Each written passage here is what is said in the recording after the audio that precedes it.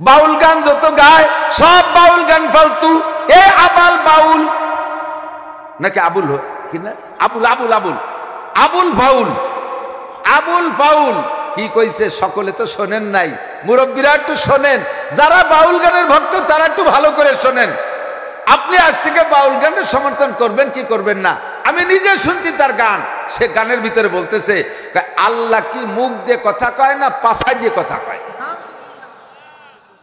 আল্লাহর কসম যদি এই কথা না বলে থাকে, ওকে ওর ভাষাই বলছে আল্লাহ কি মুখ দিয়ে কথা কয় না হুক দিয়ে কয়? হুক মানে পাছা, ওদের মানিকগঞ্জের ভাষা। আল্লাহ কি মুখ দিয়ে কথা কয় না পাছাই দিয়ে কথা কয়? কে কয় আল্লাহ এক মুখে 5 রকমের কথা কয়।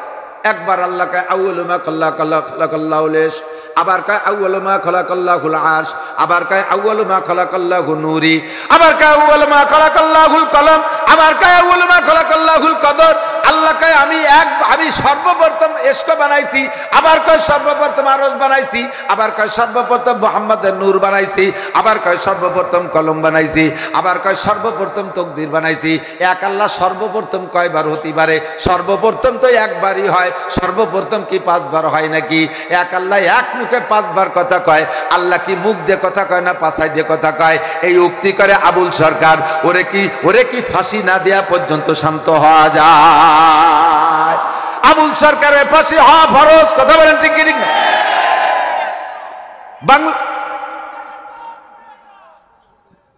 আমার দিক বাংলাদেশ সরকারের প্রধান বিচারপতি বা যার যেই কোর্টে তার রায় হবে সেই কোর্টের কাছে গোটা বাংলাদেশে আমরা 18 কোটি 16 কোটি মুসলমানের পক্ষ থেকে দাবি জানাই, 200 কোটি মুসলমান সারা পৃথিবীতে ভরা সকলের পক্ষ থেকে আমরা দাবি জানাই আবুল সরকারের ফাঁসি আমরা চাই।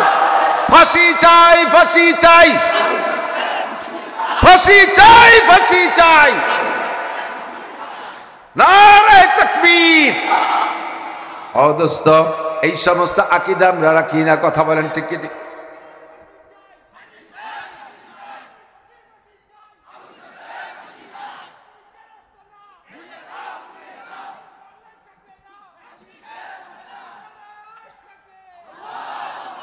আল্লাহু আকবার। ছেলে দেয় কে? মেয়ে দেয় কে? নাও দেয় কে? সন্তান দেনেওয়ালা কে? খাজা বাবা কি দেয়? খাজা বাবা কি দেয়? এ বাউল পার্টি কি দেয়? ওরা কিছু দিতে পারে? যে জায়গা আছে খাজা বাবা সে জায়গার মানুষ গাঁজা খাবা। খাজা বাবার আড্ডা, গাঁজা খাবার আড্ডা, বাউল গানের আড্ডা, গাঁজা খাবার আড্ডা। কথা বলেন। এদের বাউল সম্রাট কুষ্টিয়ার কিডা লালন শাহ। আমি গেছি ওই জায়গা জিয়ারত করতে যাই, ওই শয়তানকে শয়তানি দেখতে গেছি।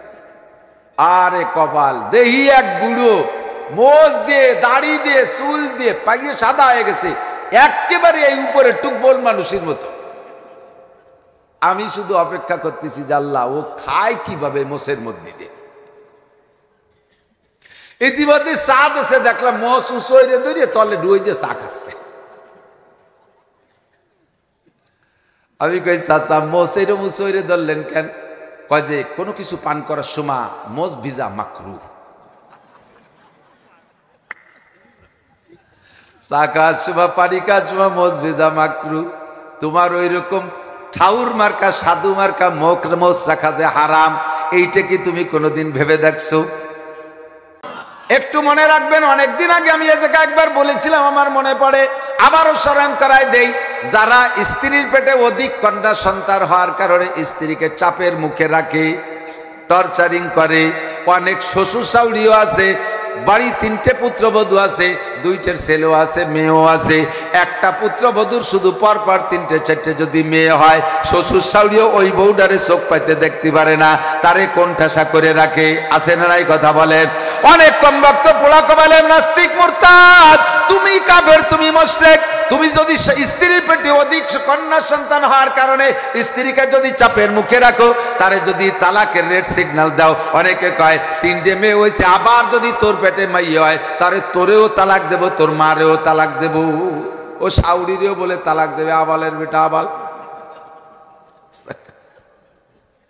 তোমার যদি মাইয়ে পছন্দ না হয়, ছেলে ভালো লাগে, তাহলে বউ তো মহিলা মানুষ যা পারছে তা বানাইছে, তা মাইয়ে হয়ে গেছে।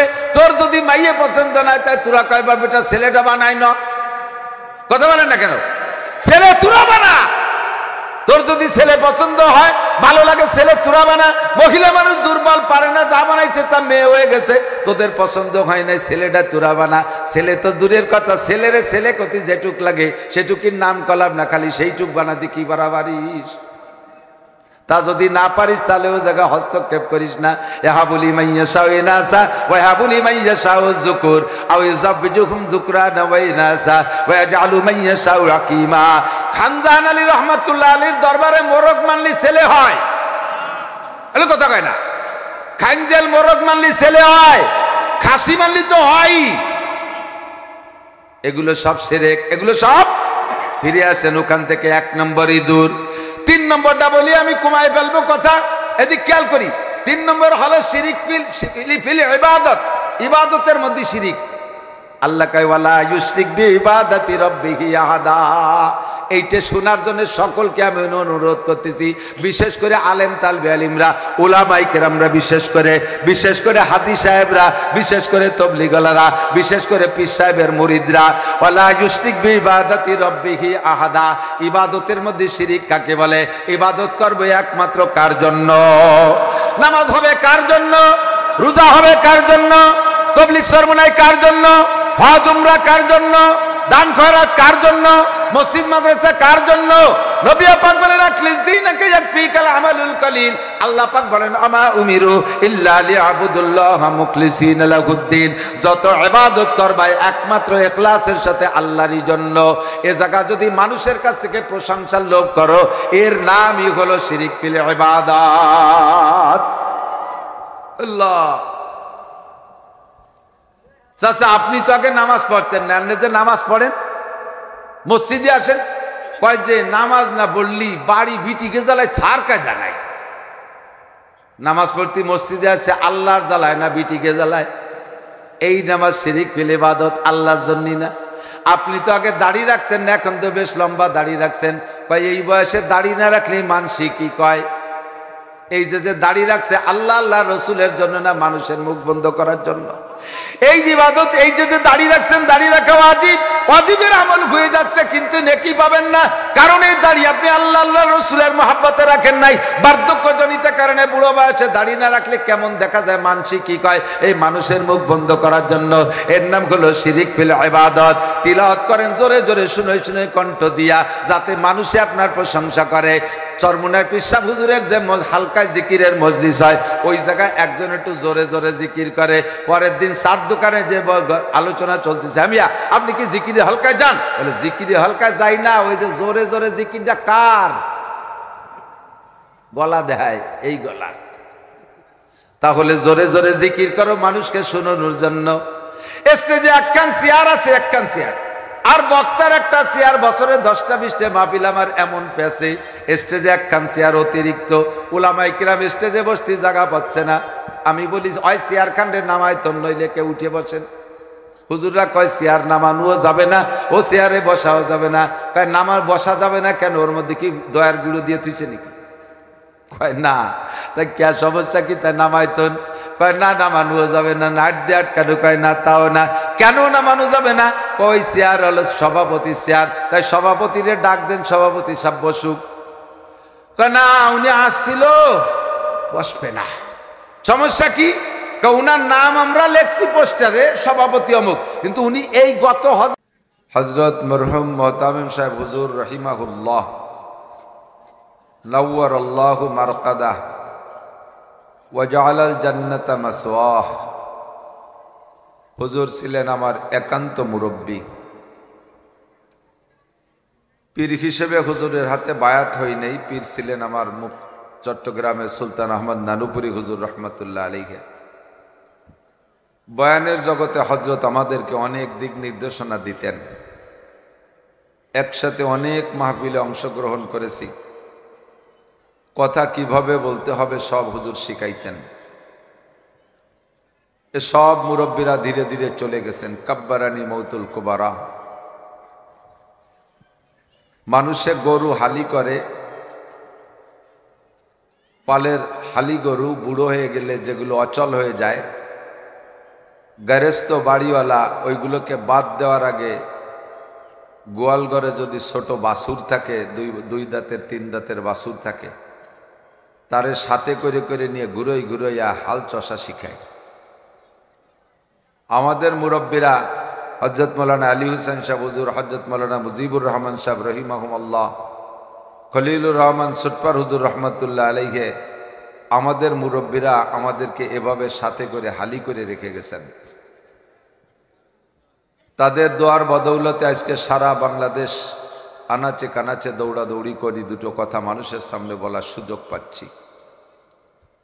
আমি সর্বহালাতে এখানে আসি আর না আসি, মনে হয় প্রত্যেক দিন একবার এ সকল মুরব্বীদের নাম আমার স্মরণ হয়। আর যখনই দোয়া করি এনাদেরকে আমি দোয়ার সাথে শরিক রাখি।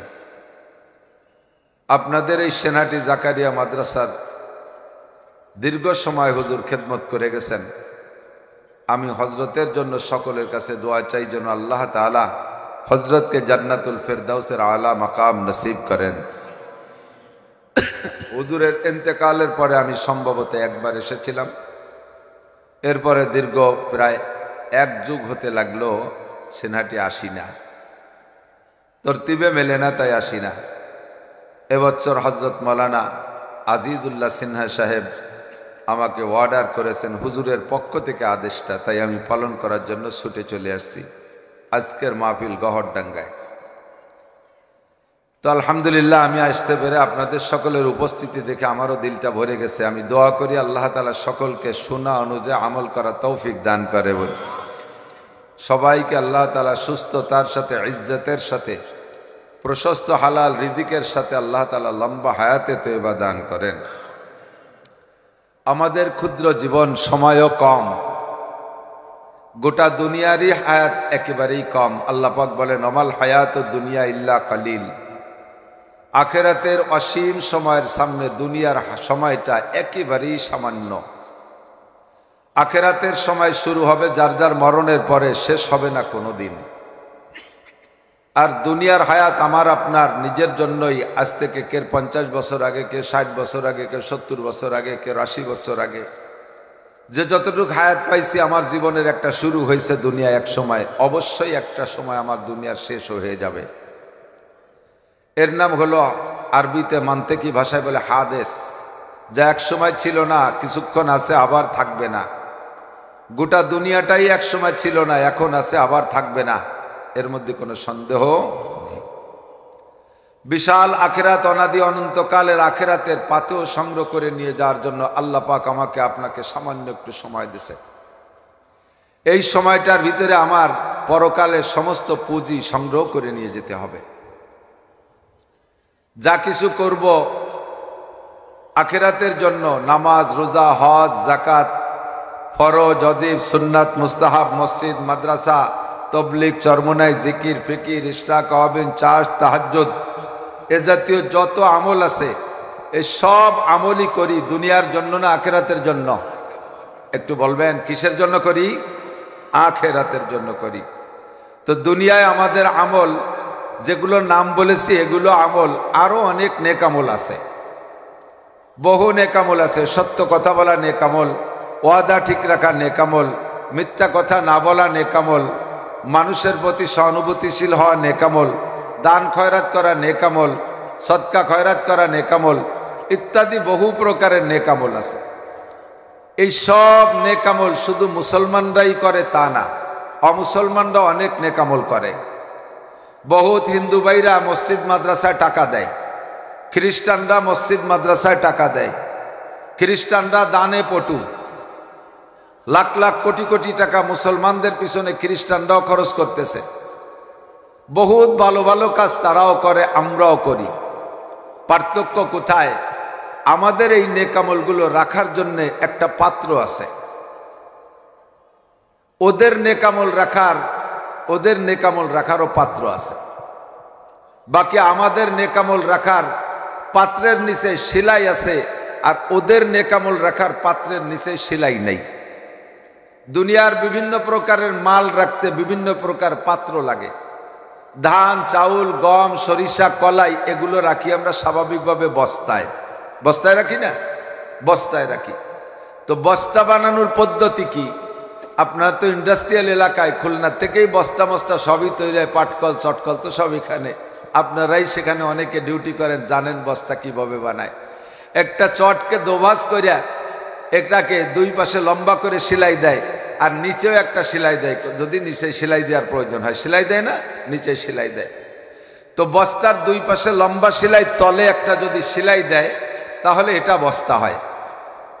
এভাবে কোনো বস্তা বানানোর ভিতরে কখনো কখনো দেখবেন দুই একটা বস্তা মিস্টেক করে, সেলাই হয় না।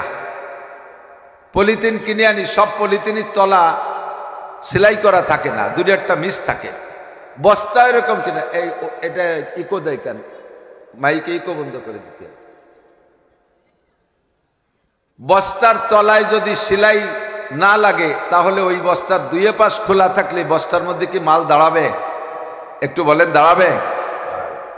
50টা বস্তা কিনে নিয়ে আসছেন, উঠানে শুকনো ধান 50 মণ, সারাদিন ধান মাড়াই করে শুকোই টুকে রেডি করছেন, দুই বাপ বেটা নিয়ত করছেন ঈশান নামাজের পরে বস্তা ভরব। তো ঈশান নামাজের পরে খেয়ে দিয়ে যাইয়া ছেলেরে বস্তা ধরাই দিয়েছেন, বাবা তুই বস্তা ভর, আমি ধামা বইরে বস্তার মধ্যে ধান ডালি।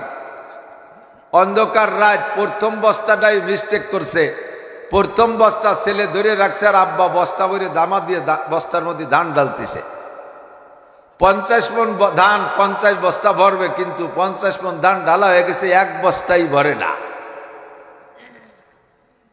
বাপরে ছেলেতে কয়, আব্বা বস্তায় ধান ডালেন কোন জায়গা? আমি বস্তা ধরি এক জায়গা, ডালেন কি আর এক জায়গা? ছেলেরে বাপে ধমক দেয়, বেটা বস্তা কিরম ধরিস, বস্তা ভরে না কে? সব ধান ডালা হয়ে গেছে কিন্তু বস্তা ভরে নাই। সমস্যা কোথায়? বস্তার তলায় সেলাই নাই। কথা বুঝতে পারছেন? বস্তার তলায় সেলাই নাই। বস্তার তলায় যদি সেলাই না দিয়ে সারা রাত তো ধান ডালে, বস্তা ভরবে? ভরবে না। তাহলে কি করতে হবে? বস্তার তলায় সেলাই দিতে হবে। বস্তার তলায় যদি একটা সেলাই দেন তাহলে ধান থাকবে, তবে কিছুটা ঝুঁকি থেকে যায়, যে কোনো সময় একটা সেলাই কেটে যেতে পারে। বস্তার তলায় যদি 2টা সেলাই দেন তাহলে মোটামুটি মজবুত হবে।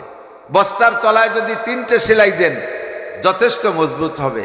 বস্তার তলায় যদি 4টে সেলাই দেন তাহলে সাইড ছিঁড়ে যেতে পারে, বস্তার অন্য জায়গা নষ্ট হতে পারে, তলা নিয়ে কোনো ঝুঁকি থাকবে না। 4টে সেলাই দিয়ে সুন্দর করে মজবুত করে বস্তা বানাইয়া, বস্তা ভরে 10 পকে ধান ঢুকাইয়া বস্তার মুখ বাঁধে রেখে দিয়েছেন মাটিয়ে ঘরের ফ্লোরে। পরের দিন সকালবেলা যেয়ে দেখেন বস্তার অর্ধেক ধান নাই। বউরে যাইয়া সন্দেহ করতেছেন, তুমি মনে হয় এর থেকে বেশি ফেলাইছো। বউ বলে, আল্লাহর কসম জিন্দেগিতে আপনার সংসারের কোনো মাল খেয়ানত করি না। তো বস্তার অর্ধেক ধান নাই, গেল কোন জায়গা? বস্তাটা একটু সরাই দেখেন। বস্তা সরাই দেখে বস্তার তলায় 3টে ফুটো। ফুটো বোঝেন তো? ছিদ্র।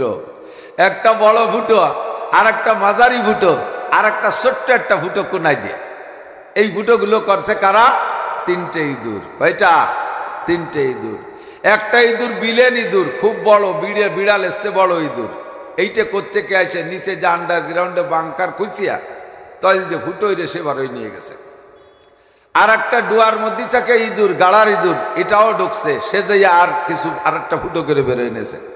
আর খেতা কামুড়ির মধ্যে মিলে মিশে থাকে ছোট ছোট এক প্রকারের ইঁদুর, আমাকে দিকে শৈল ইঁদুর, ঠিক আছে নাকি? সেও এক কোনায় যে ফুটো রে 3-4 কেজি বেরোয় নিয়ে গেছে। এইভাবে 3টে ইঁদুর যদি বস্তার তলায় লাগানো থাকে, সারা জীবন ভরে আজকে ভরবেন কালকে অর্ধেক থাকবে না, আজকে ভরবেন কালকে অর্ধেক থাকবে না, ঠিক না? এক মুরব্বীর কাছে শুনেছিলাম ছোটবেলায়, উনি বলছেন একটা ফার্সি শের, আই বেরাদার দফে আউয়াল মুশকুন, আই বেরাদার দফে আউয়াল মুশকুন, বাদা জাদার কিসে গন্ধম নুশকুন।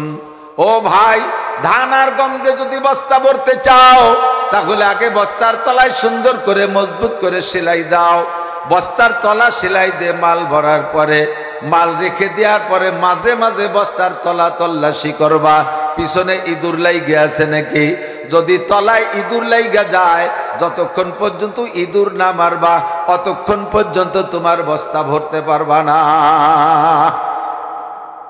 আল্লাহ পাক রব্বুল আলামিন বলেন, মুসলমান নেক আমল করো, হিন্দু বুদ্ধ খ্রিস্টানরাও নেক আমল করে, সমস্ত মানুষ যত নেক আমল করবা, নেক আমল রাখার একটা বস্তা আছে। দুনিয়ার ধান চাল গম রাখার বস্তার নাম বস্তা বা সালা বলে।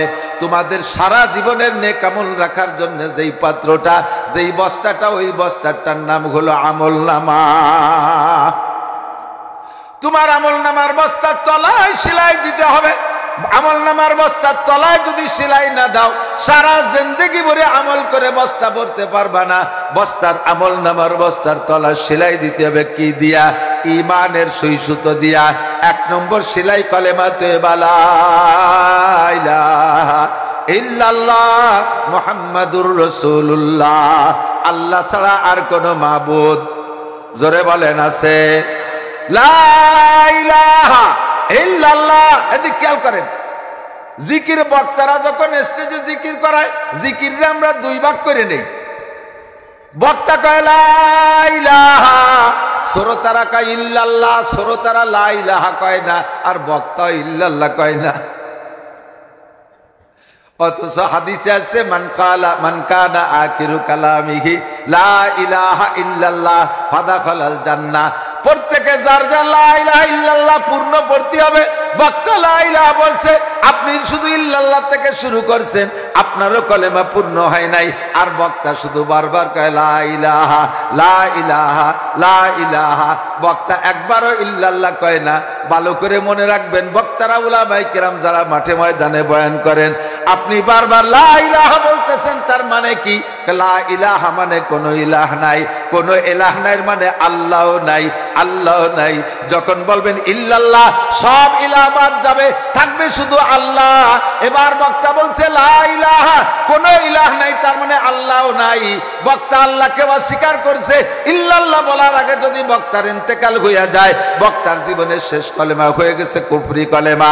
আল্লাহকে অস্বীকার করে বক্তার মরণ হয়েছে বিনা হিসাবে জাহান্নামী।